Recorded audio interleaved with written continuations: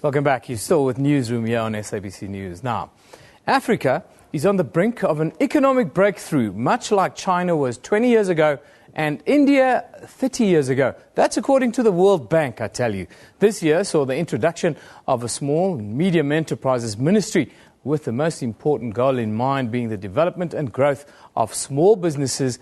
And the future, they say, looks promising. However, one must then ask, how much experience do small business owners really have when it comes to exporting goods and establishing themselves in the seemingly promising future? Now, to further this discussion, we are joined by the men behind the Centre of Export Development, Mr. CED and Mr. Oli Malabane, who is with us here.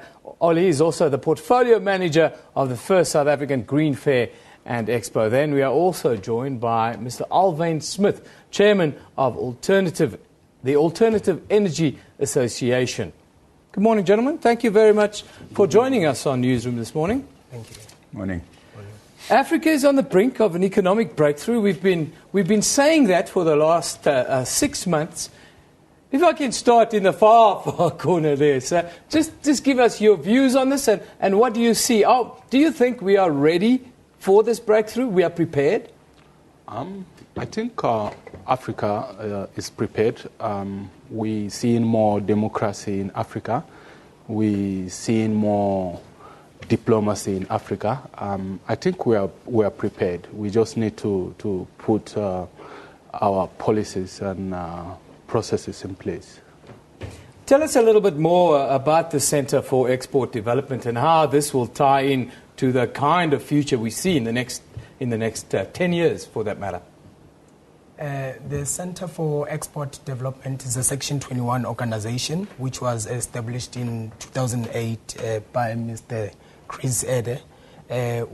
What we do is we partner with SMMEs, assist them in terms of coaching and mentoring, as well as skills development programs.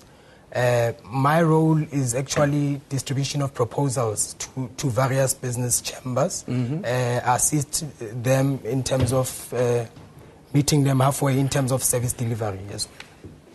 Now, you're also if I've got it right, you're also the portfolio manager of the first South African Green Fair and Expo. Yes, that's correct. Just give us a little bit of detail about that and how this you see to developing. Well, this is the first South African Green Fair Expo taking place at Hartfeld Arena in 2015 in March. We have partnered with ISO as part of our sponsors, and we intend to engage more stakeholders.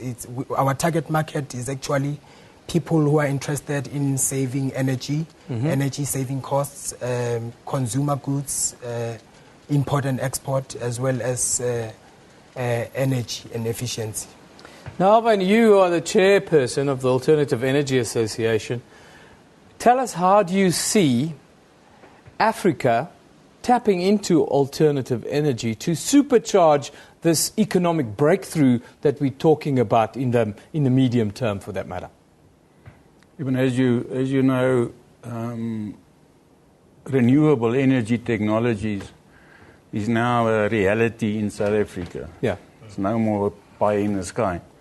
And therefore, South Africa have become acknowledged as being the gateway to the rest of the continent when it comes to renewable energy technologies and expanding it right up into the continent. And this will form a basis of this whole new development we're talking about.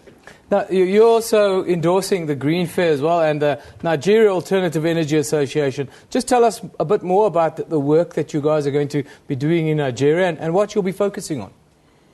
We, with the help and assistance from the Department of Trade and Industry, we go to countries like Nigeria on the continent to go and promote local industry to get export orders and to generally expand on renewable energy industry.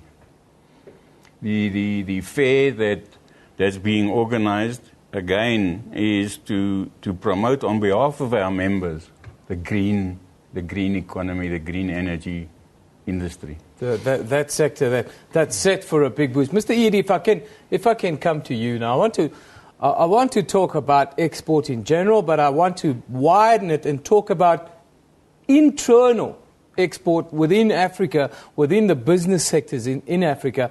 How are we going to connect the different business sectors within Africa, within the export scenario that you focus on? One of the experience we've had doing our research is that some of the products, for instance, the renewable energy, when we were doing the studies for the Green Economy Export Development Program, we found out that for an entrepreneur in South Africa, for him to break through in the renewable energy industry is very difficult. You have to go through IPP, you have to go through a lot of tenders. But if you go to other markets in Africa, like your DRC, energy, there is actually energy poverty in those areas. These products are, once you are able to develop a product that will work, you will find buyers. But in South Africa, we complain every day about the energy prices, but South Africa does not actually have energy poverty. South Africa is far better than most of the countries in Africa. And if you take most of the products that are not selling here to other African markets, like the West Africa, your Central Africa, they sell very fast. In 2012 and 2013, we've had a lot of success. Mm-hmm. We have one of the entrepreneurs that developed a solar charging device that he has been having in South Africa for about 4 years now. He and not breaking through into the market. He managed to get a big order last year. And a state government in Nigeria has signed an MOU with one of the delegates for a 100-megawatt solar plant. So I think in Africa, there's enough market. The population of Africa is quite big. Ollie, you hear the market is there. What about infrastructure? What about roads? What about shipping? What about the things that supercharge economies? Are we focusing enough there? We are getting there. What our main objective towards 2015 is that we want to reach a level of competence like where no one existed previously. That's why we want to partner with small companies and introduce them to give them access to industries like Nigeria and other developed countries. Alvin, alternative energy. Are we starting to export enough of the technology? Are we sharing enough of the mind share, for lack of a better word, with our neighbours and then further out throughout the continent? And is it happening at the right pace? In South Africa, we've been very fortunate in that we didn't have to do the groundwork like Europe and America and these countries had to do. So we were fortunate in inheriting some of that technology and some of that know-how from them. And this is what we're doing now. We are exporting what we know and what we've learned and what we've experienced. We are now exporting to Africa. Mr. Ede, we've got a Ministry of Small Business that we've just launched here in South Africa.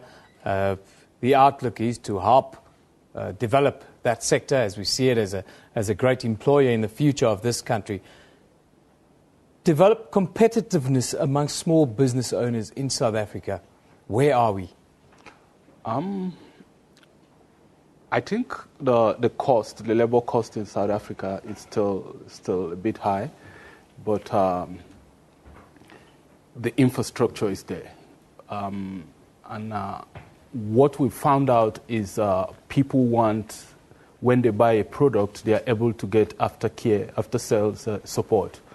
And importing from Asia is not actually working in other parts of Africa. People have a bit of confidence in buying from South Africa because they get the aftercare support they deserve for the product, and they can always, the communication between South Africa and other markets are easier than communicating with Asia, where you have different time zones and things like that, and language and cultural barriers. I think South Africa is quite competitive in the African market. And what are the challenges in renewable energy, alternative energy, and so forth, and then linking that with small business? South Africa, like in the rest of Africa, and in fact in the rest of the world, policy has always been a problem. Energy and the sun and the wind belongs to our government, and they're the ones who make the rules. So once we get over those rules, and once we get government and the authorities to work with us to get these technologies economically viable, that's when things happen. And this again is where we can advise the rest of Africa's governments as to which is the best route to take. Which is the best way. Now, with all of that said, Ollie, final words belong to you. How do you then, or what would you tell young small business owners and young entrepreneurs? How do they get involved, and how do you encourage them? I think young people are a bridge between the old and the new millenniums. They should not lose sight of the lessons that they've learned from the past, but they must always be prepared to adapt to what is good in the future. Also, they should share experiences with everyone, not be selfish, and always willing to lend a hand. Well, thank you very much for joining us today, gentlemen. That is, from the Centre of Export Development, Mr. Chris Ede, who is in the far corner, and he's joined by Mr. Ollie Malabane, and then the chairperson of the Alternative Energy Association South Africa, Mr. Arvin Smith, joining us this morning. Thank you, gentlemen. Thank you very much for joining us. Thank you. And giving us a little insight into where we are on the continent, small business and alternative energy, and how we make that connection. Thank you once again for joining us today.